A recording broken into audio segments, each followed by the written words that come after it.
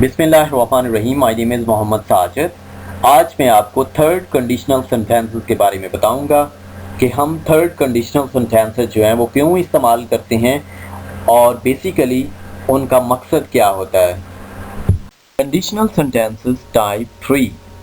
The verb in the if clause is in the past perfect. The verb in the main clause is in the perfect conditional. If I had worked hard, I would have got the highest position. If I had known that you were coming, I would have met you in the airport. Conditional sentences जो third type है उसके अंदर हम if clause जो है वो past perfect के अंदर लिखते हैं और जो हमारी मेन क्लॉज होती है वो परफेक्ट कंडीशनल होती है। यानी पहला सेंटेंस हमारा हैड प्लस थर्ड फॉर्म के साथ आएगा और दूसरा मेन क्लॉज जो है वो would have plus third form के साथ बनेगी।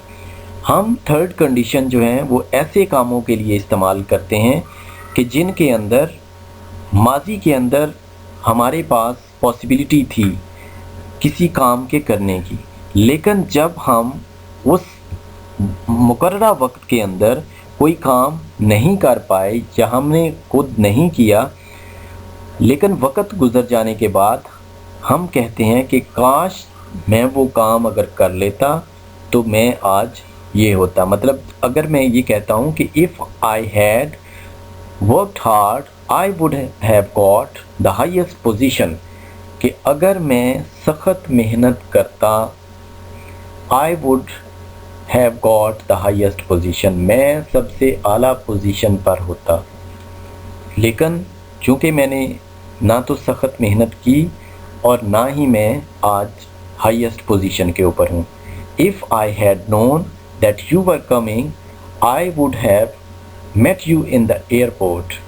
तो यहाँ पे इस सेंटेंस के अंदर वो कहता है कि अगर मुझे पता होता कि आप आ रहे हो तो मैं आपको एयरपोर्ट के ऊपर मिलता। चूँकि मुझे पता ही नहीं था लिहाजा मैं एयरपोर्ट के ऊपर आया ही नहीं। Examples: if we had found him earlier we could have saved his life. इस सेंटेंस के अंदर हमने मेन क्लॉज के अंदर कुड हैव लगाया। कुड हैव का मतलब ये है कि कुड जो है वो एबिलिटी को शो कर रहा है।